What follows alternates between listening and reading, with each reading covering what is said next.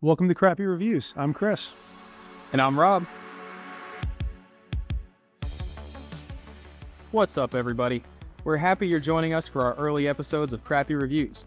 Before we get started, we'd love to hear your feedback about the show. Do you have a topic you think we should talk about, or just general ideas to make the show better? Let us know in the comments and reviews. We want to get better and earn your subscription.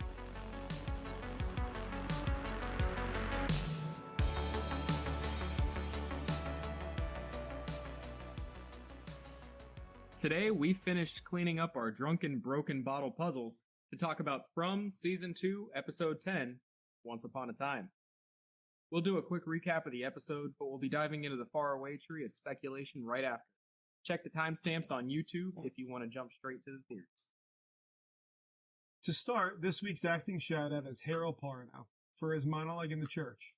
And we want to introduce a new short segment, the Crappy Comment of the Week. You know Rob and I love to respond and engage with as many comments as we can, and some of those comments really help us put this puzzle together. So this week's crappy community member is at Cromonacle. The comment reads, Martin was in 1864. Remember when Boyd grabbed the bottle? He took that paper with him and he entered the faraway tree with the date 1864. That's how you control faraway tree traveling. We will be doing these callouts going forward, so keep the comments coming. Now, Rob, please grace us with your velvety pipes by narrating the episode 10 timeline.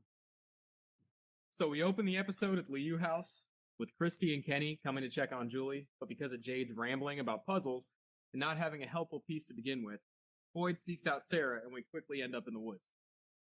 Donna has recruited Elgin and Dale to look for Randall.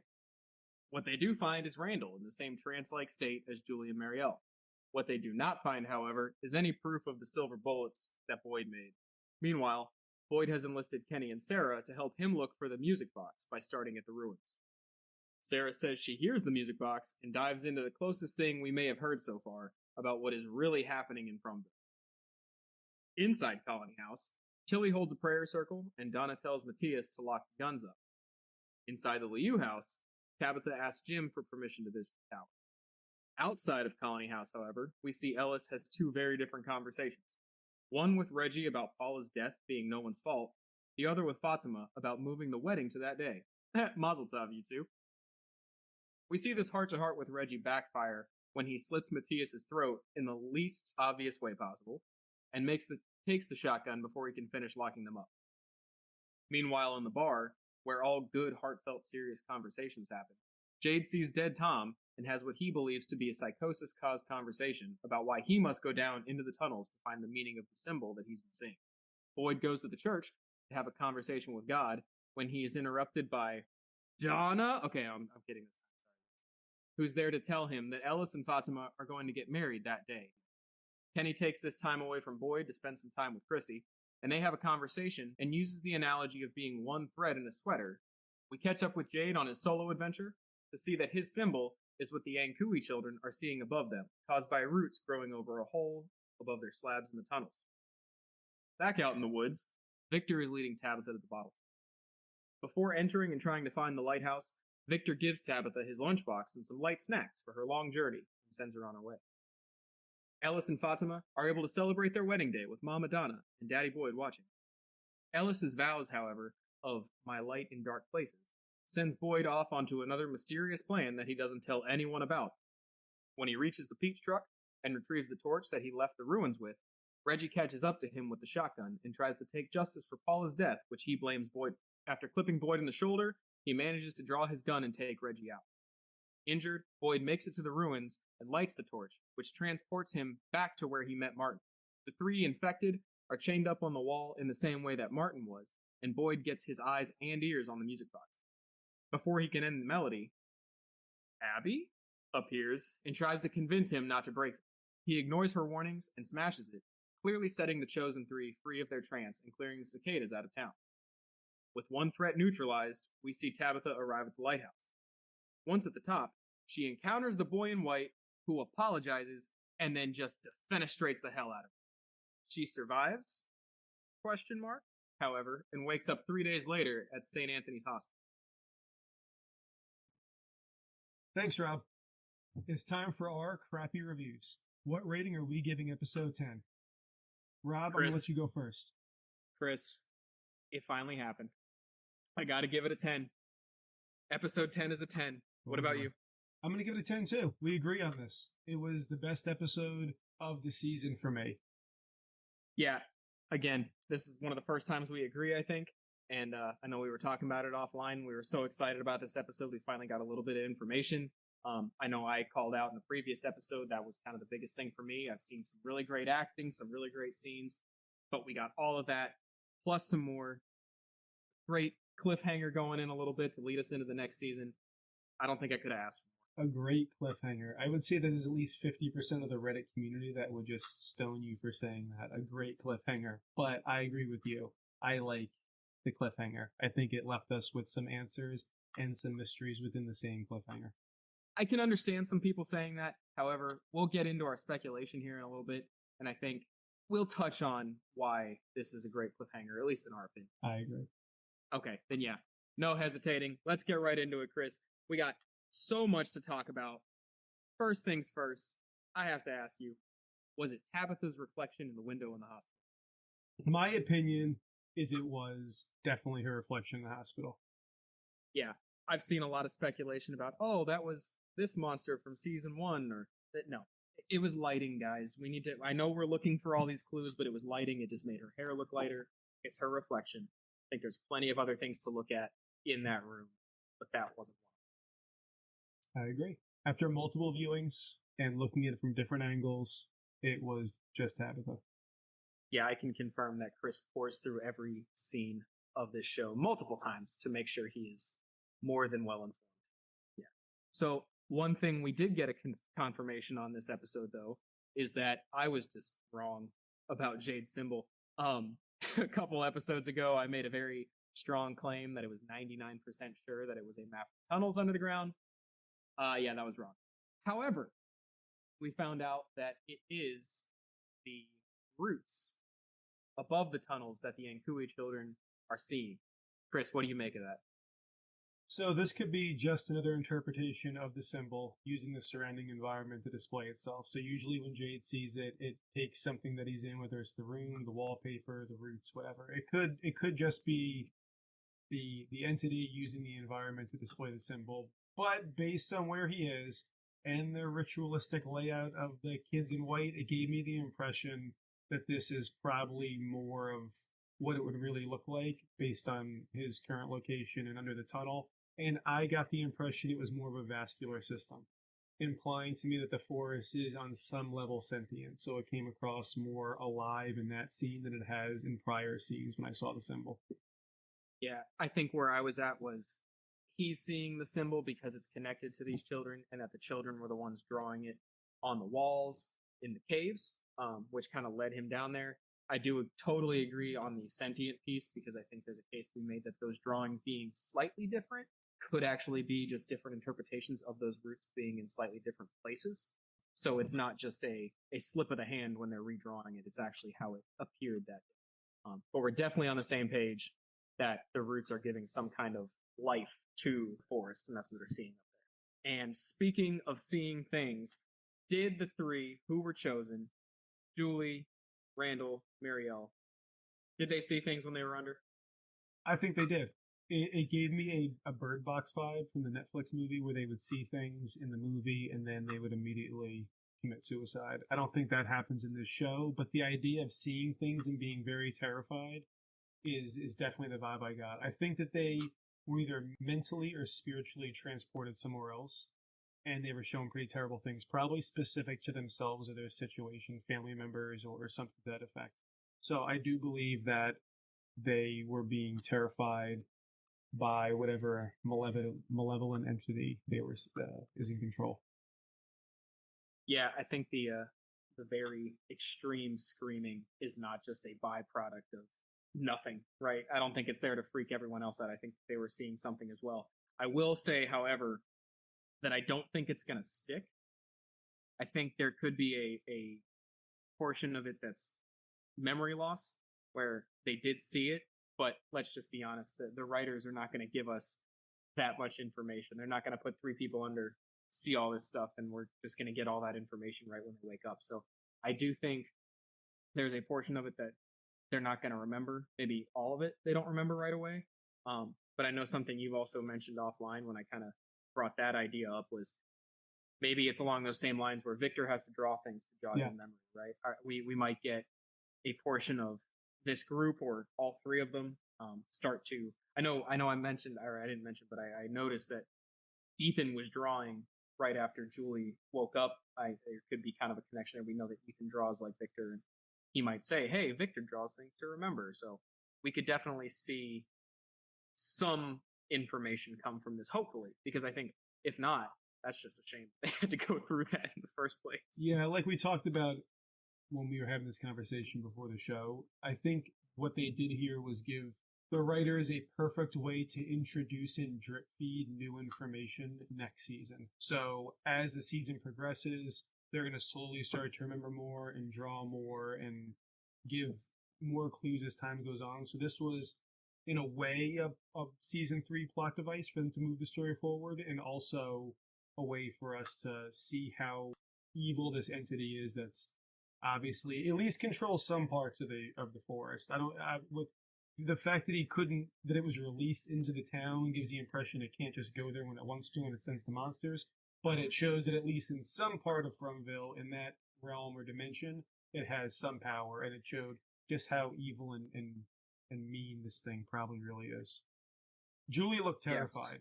Yes. I mean, really, kudos to her, by the way, because the way she was looking up really gave us the impression that she was seeing something, because she was looking up at something, and that's what kind of sold me on the fact that they were looking at something, whether it's this Cthulhu-like character where it was just terrifying to see this being and they couldn't kind of handle it mentally because they're just human, or they were seeing their parents or things like that happen. I'm not sure, but they were definitely looking at something.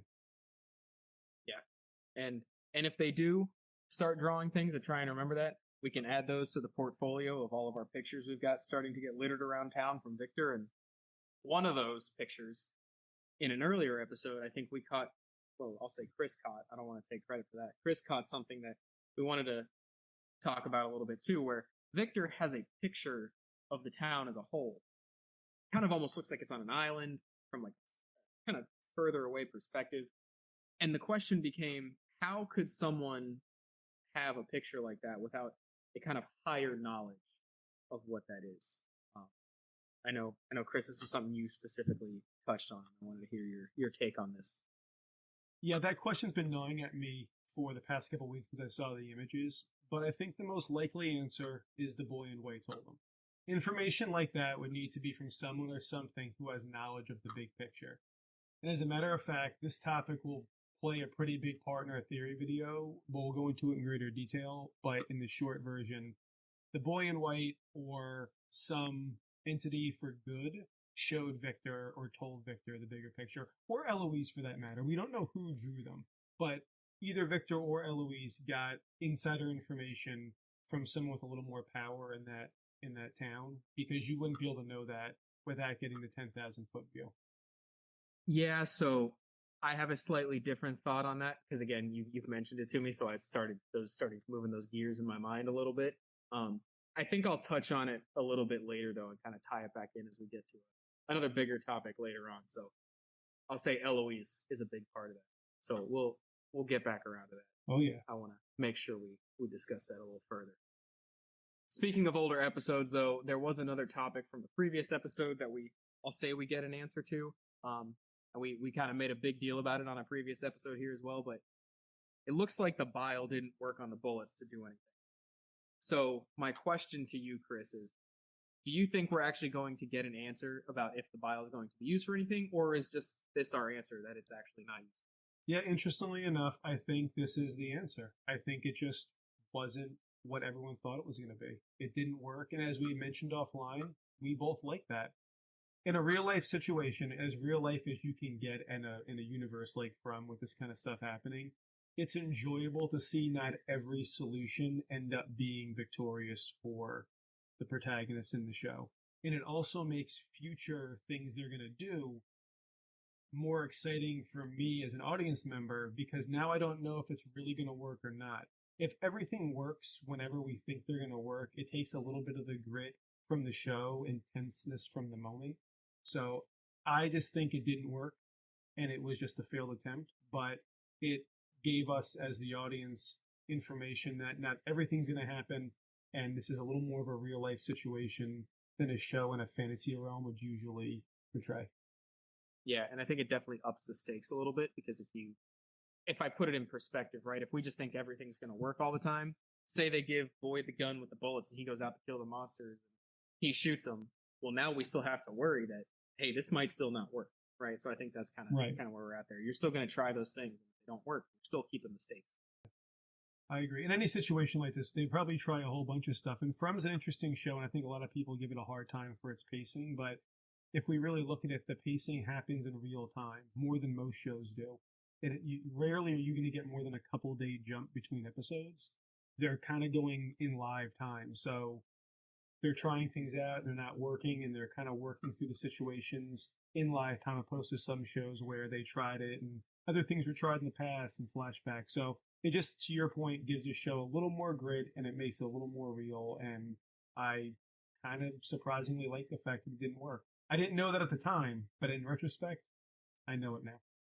And another thing that did not seem to work was this entity took over the three that were chosen. And Sarah even mentions, or correct me if I'm wrong, it was Sarah or it was Abby, air quotes Abby, talking to Boyd later, but mentioning that if the three were to die, it would have been too late, right? I think that was Abby, right? In the ruins when she's talking to Boyd. Ruins Abby said if they'll either die now or die tomorrow, and either way, people are going to suffer in the town. But I think Sarah was the one during her kind of psychic episode that had mentioned that if they were to die, there's no reset button. They can't come back. It's like this is too. Okay, so I was taking it as it was too late once that happens. And then another thing she said, actually, in that, we'll call it the psychic episode, right, was she mentioned that she kept kind of referring to this thing as it. When it touched you, it got excited and kind of looked at Kenny, and I had a pretty strong takeaway from that, where I'm starting to think that this entity, kind of in the same way we mentioned, Boyd needed to help it get one thing out in the first place, and it may need a vessel. And I'm starting to think that was leading us into season 3. Something to look out for is maybe Kenny being the possible vessel for this, right? She said it got excited when it touched you, looked at Kenny, he kind of touched his arm, and that maybe the 3 people this is a kind of a running theory I've got now, I'll put that out there, that if the 3 had died, it would have been strong enough to possess Kenny. And I think that's something I'm just calling out now because I think it's something that could really take off in season 3 potentially. Obviously, as we're moving closer towards this evil entity, I think that's, we've kind of noticed, they could have just been potentially business as usual before until Boyd brought these worms back in this kind of vessel way.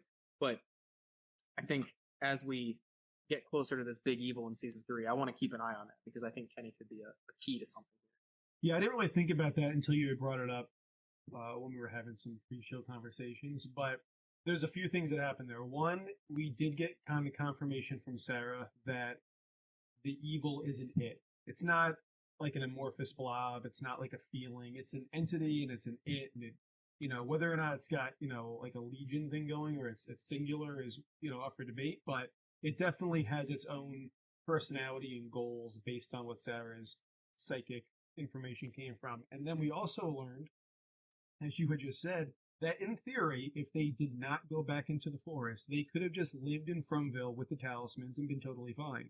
Everything would have continued working as normal until Boyd kind of poked the hornet's nest and then started up something else, which is also interesting. Up to this point, it seemed like things were going to escalate because that's just what happens. But now, knowing the information we got, it seems that the townspeople go out there to find answers and then escalate the situation from there. But to your point about Kenny, putting myself in the entity's shoes, given that it has feet, Kenny's a great choice. He's just the right mix. Yeah, he's just the right mix of broken, angry, weak, and desperate to become the host without much fight And it doesn't hurt that he carries a decent amount of clout in town. He carries a weapon. He was Boyd's deputy. People tend to listen to Kenny. They know his mom. So he's got a little bit of clout in town as far as that goes in that small village. And it would also be nice to see a parallel between Sarah's arc last season and Kenny's arc this season. So last season, she was the vessel. She was the one doing the bad things, and inevitably hurt Kenny pretty deeply and changed his character in season 2 to see him become the vessel and potentially hurt people and say it's because he had no control or it was for the greater good, similar to Sarah's story, would be an interesting turn of events. That, just from a TV show standpoint, I think is actually great. Yeah. I love that idea. I will say, I think in my mind, the vessel is very different. She was kind of just hearing voices and kind of took some action on her own. I'm almost thinking more of like a possession kind of thing with Kenny, where he's not just kind of convinced to do it. It's just he is that entity now, right? Like it's living inside of him. It's just him. That could definitely be it, because we saw that with Martin, where Martin seemed to be Martin in the ruins, and then when the music box stopped, his body seemed to have lost control. The entity was free. We don't know why the music does that, but when the music stops, the entity has some extra juice, and he was able to like straight Boyd and do some other things. So it could be that there'll be an internal struggle between the two going forward, that Kenny will have to kind of fight his inner demons to help the town, whether it's a sacrificial thing or he just wins out or loses. But your point of him being taken over in some sense is probably a pretty good thought for season 3. Yeah, that's a big one I'll call out real quick that I think we've kind of adopted as truth, was that we think Martin was not of his own accord at the very end. That he was talking, and that was he was talking as himself, but once the music stopped, like Chris said, he was no longer Martin. He was possessed by something, and that's what caused it. So because he wanted to be killed, knowing correct. What would happen. He didn't want it to get out. Yeah. But I just wanted to call that out real quick, because I think that's a kind of a big theory piece on our part that we're pretty convinced of, and I just want to make sure people know what page we're on here, right? So, and we're both convinced of this. It's not like the map thing. Both of us are convinced. Correct. Last time, correct. One of us was convinced. Even though the map was a very just messing with you. It was a good theory. It was a good theory, logical at the and time. Reasonable, and it was speaking from a good place, trying to give people a good idea. And I was kind of like Tillie. Tillie speaks from a good place, right, Chris? She likes to start prayer circles. She sits crisscross applesauce like the symbol of a talisman. Okay. She's your favorite. All right, here's the deal.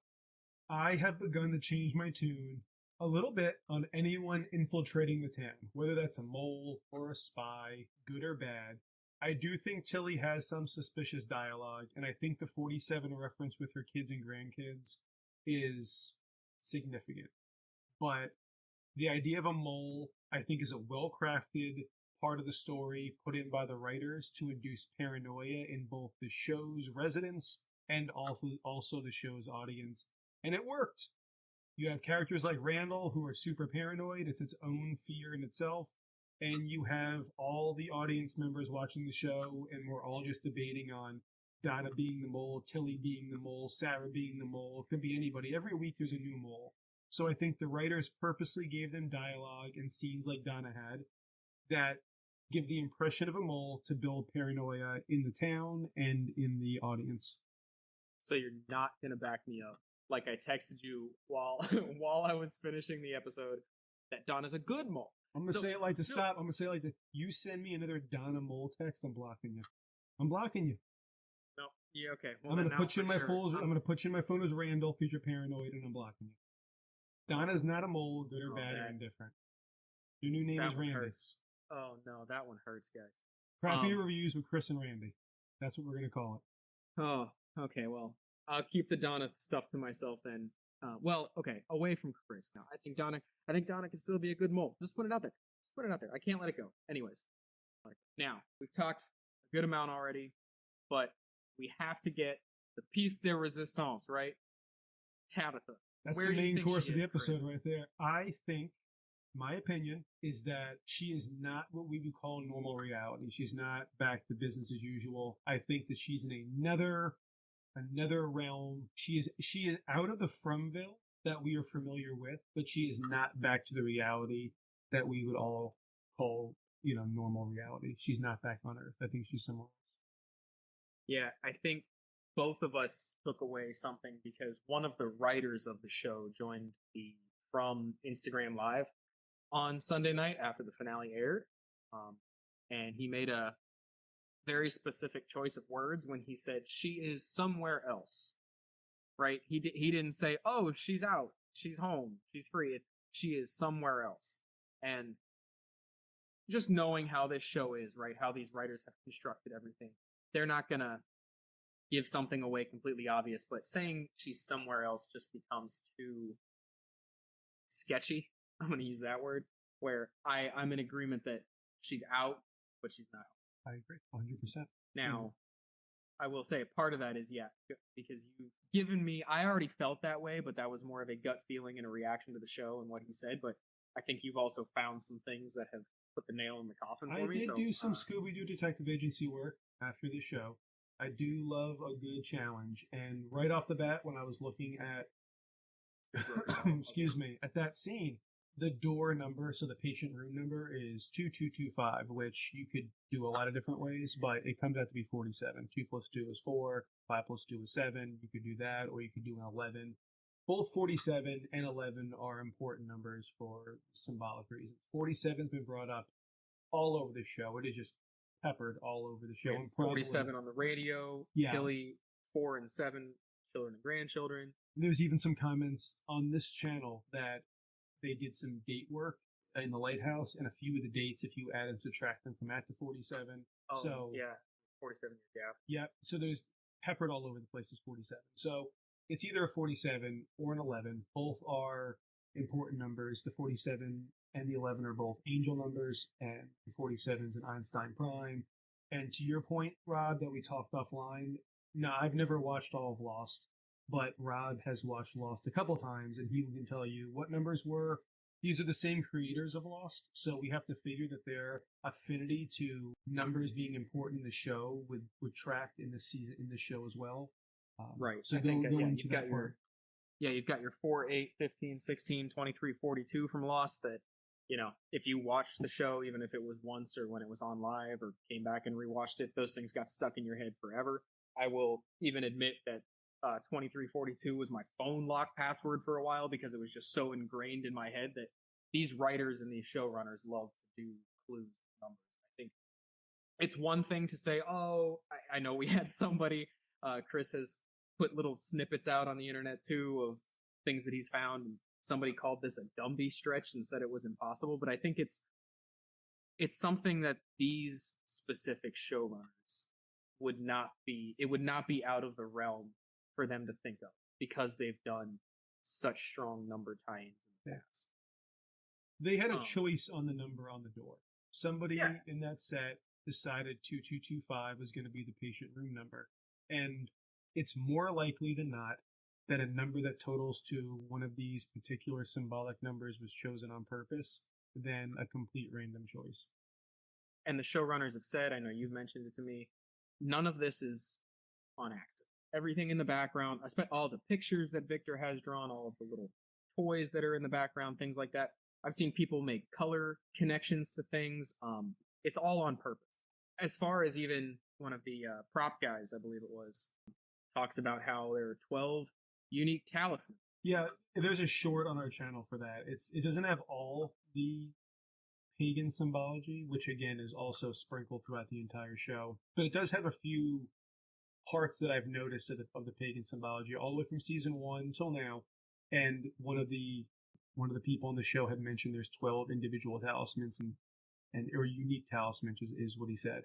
And there's also 12 Greek and 12 pagan gods and their pantheons. And then I kind of dipped down that rabbit hole a little further and found some more information. So feel free to go watch that. It's on the channel. It's only a minute or 30 seconds of your time, but there's significant information to think that there's probably a lot more of these symbols that are just being overlooked, especially during what people were calling filler episodes. I'm guessing they're probably a little less filler, and there's probably a good bit of subtle clues throughout the episode that a lot of us probably didn't take notice of. Yeah.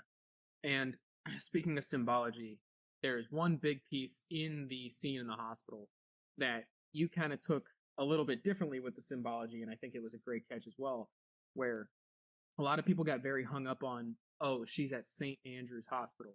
And, everybody just immediately, I included, I'll even admit, I immediately went, okay, where is St. Andrew's Hospital? And there's one, there's multiple, right? They're spread out. But it was the, I'll say, underlying meaning of it being named St. Andrew's that was a really good catch on your part.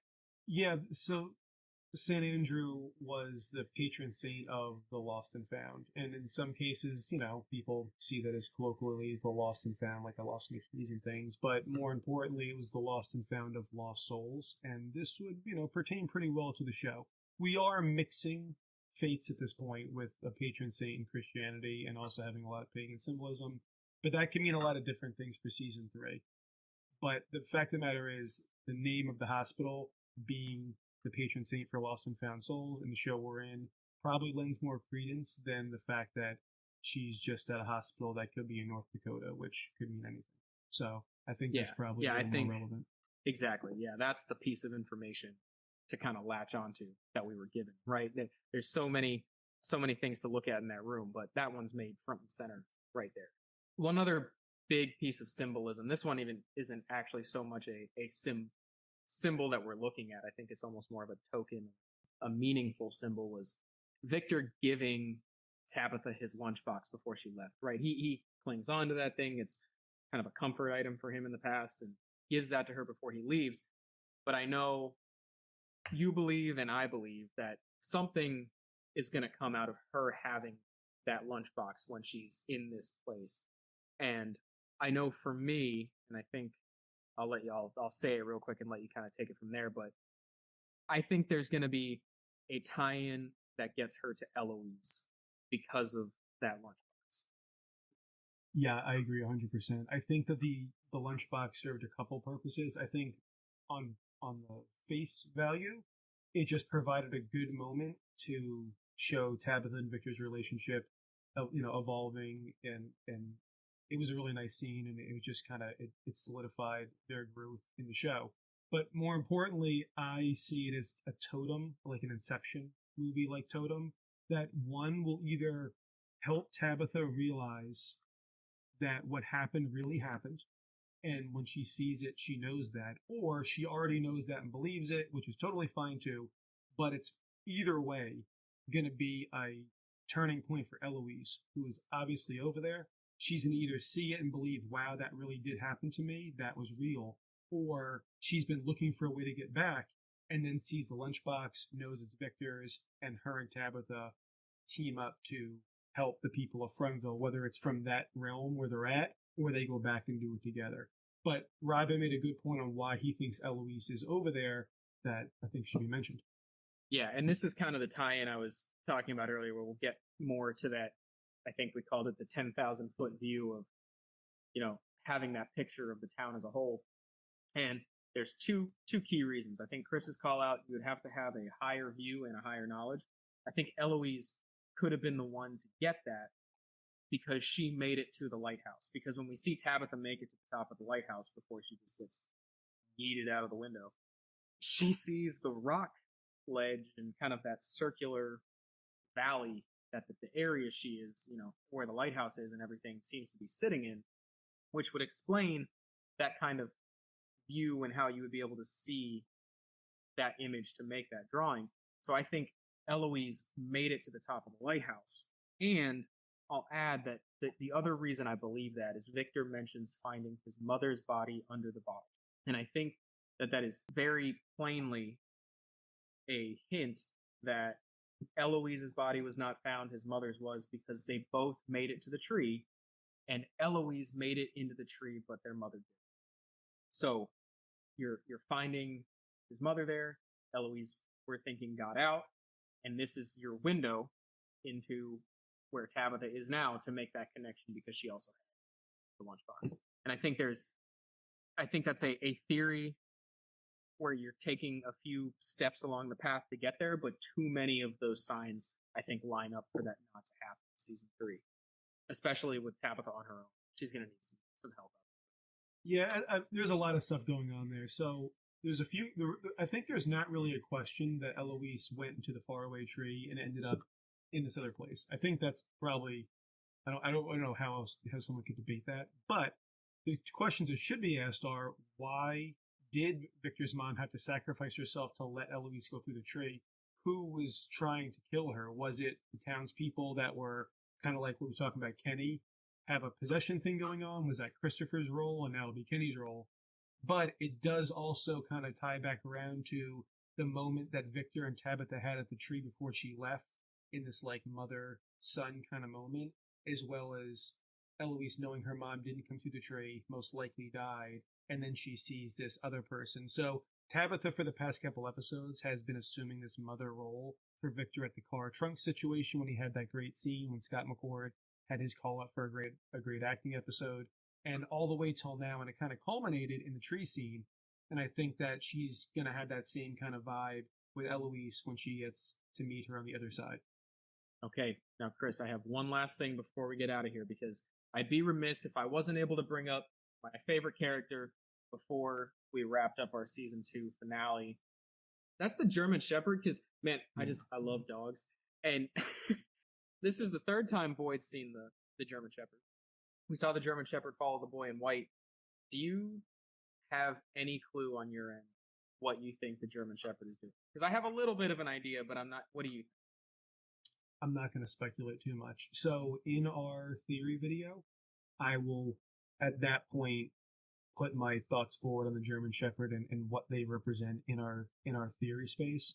But as of now, I do not really know what the German Shepherd, what purpose the German Shepherd serves. I think that, I'll say this, I think that it's a good force in the town. I think the boy in white and him are on the better side of things. Why he keeps running away so fast and kind of doesn't let Boyd kind of stay with it, I don't know. It just seems to pop up after something bad happens to Boyd. But I'm not going to speculate too much because I really can't get my head around it. I don't see where it fits in. Yeah, my thought that I mentioned was I get the feeling it's trying to lead Boyd, but you make a valid point. Takes off running like it's got peanut butter on a stick in front of it. But I do think that it's trying to lead Boyd somewhere. And I think, to your point, it's kind of on the same positive side as the boy in white, maybe trying to help everyone either get out or at least stay safe. So that's where I'm at with the dog, because he's a good boy. He's gotta be a good boy. I'm sure he is. He seems like a good boy, and he's got a collar, so he must be somebody's. I think what we do find out though is when we see the collar, it's probably not going to be. I think it might be more of a symbolic collar than like a real collar, based on the dog's like spiritual purpose. I don't think it belongs to someone. I don't think it's some, but with that said, we did see pictures in Victor's archive of the dog, and then also the dog with like a happy family in what seemed like a not nightmare-like version of From. So maybe the boy in white and the dog, that they were together in death, and this is the form that took in life. Because Sarah had also made the point very early on, like the first scene, that she's seen the boy in white, but she doesn't think he's a boy. She thinks that's just the form he's taking. And most likely because Victor had to live there for an extended period of time without anybody else, the boy in white took a form that was the least abrasive and least scary for Victor as another child, to like make him trust him and help him out. Because if he would have been a grown man, he might have been a little more apprehensive to follow this guy around town. So I think it was a choice that he took. He also communicates with Ethan, and in the same regard, Ethan would probably be a little more like, there's a weird dude outside my window than there's like a nice kid waving at me. So I think what we're seeing here is probably not exactly what we think it is. I think it's more of just a form that this spirit's taking. So lastly, there's a couple things, because we're talking the end of the season, right? There's not going to be any more exclusive episode reaction videos for this until season 3. We will have a video on theories. We're definitely going to be putting out consistent clues as time goes on. We're not going to stop looking at From, because it's a rabbit hole that I could go down for a long time. So stay tuned for all that. We're going to put out more stuff. I will say that our video for the theories is probably going to be Nordic and pagan related. There is a lot of symbology throughout the show. We've seen more and more of it as it goes along. So pay attention. We've done more research in the last week on Norse paganism and Nordic paganism than I ever thought I would in my life. So we're starting to get stuff together there for sure. Yeah. So as you rewatch the show, which I know if you're at this point in our show right now, you are one of the people that rewatches from with us on a regular basis. So try to pay attention to some of those things. There's quite a few symbols out there, particularly in the lighthouse. You're going to notice quite a few things, and take note of the windows. Take note of the triangle shapes, and reference that against some triangle pagan symbols that you've seen. Take note of how many lights that are on there. The eight lights, and notice that it's fire and not a floodlight. And also, as she walks upstairs, we're going to see a card for the 8 of clubs, and we're also going to see a 4 and a 7, which pops up again.